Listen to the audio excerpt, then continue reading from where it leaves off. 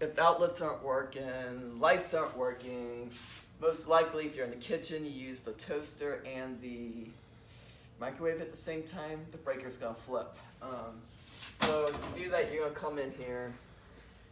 You have this main panel. You also have a sub panel. Okay, and it's all labeled where everything is. So if a breaker goes off, what happens is it's gonna be in the middle. This breaker would be sitting in the middle. Okay, so you have to push it all the way off and then back on. So when a breaker flips, it stays in the middle again. So you're gonna see it like this. And then you push it all the way off and then back on.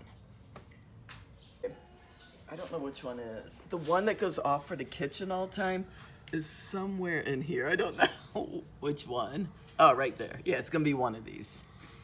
And again, it's just, you gotta turn it all the way off. So if it's It's gonna be in the middle when it pops. Oh, okay. So So you turn it all the way off first and then on. Wait, no, it's on.